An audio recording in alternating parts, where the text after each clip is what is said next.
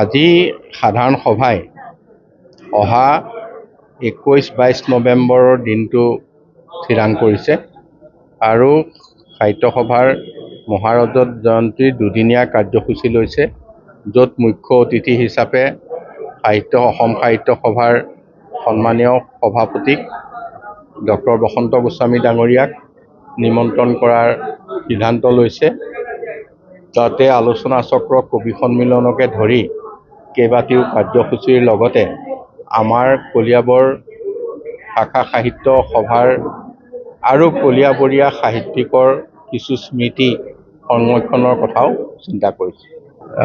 আজি সাধাৰণ সভাই অহা 21-22 নৱেম্বৰৰ দিনটো থিৰাং কৰিছে আৰু সাহিত্য সভাৰ মহাৰজত জয়ন্তীৰ দুদিনীয়া কাৰ্যসূচী লৈছে, য'ত মুখ্য অতিথি হিচাপে অসম সাহিত্য সভাৰ সন্মানীয় সভাপতি ডক্টৰ বসন্ত গোস্বামী ডাঙৰীয়াক নিমন্ত্ৰণ কৰাৰ সিদ্ধান্ত লৈছে।